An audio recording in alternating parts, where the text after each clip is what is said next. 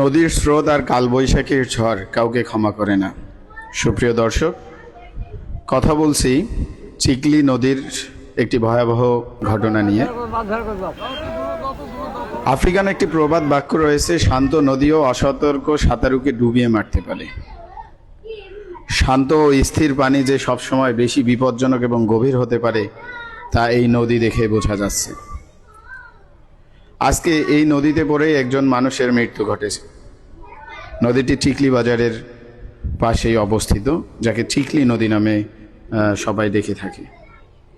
আজ সকাল 7 ঘটিকার সময় সুলতান নামের এক বৃদ্ধ নদীতে গোসল করতে গিয়ে অসাবধানতা বশত নদীর পানিতে ডুবে মারা যায়।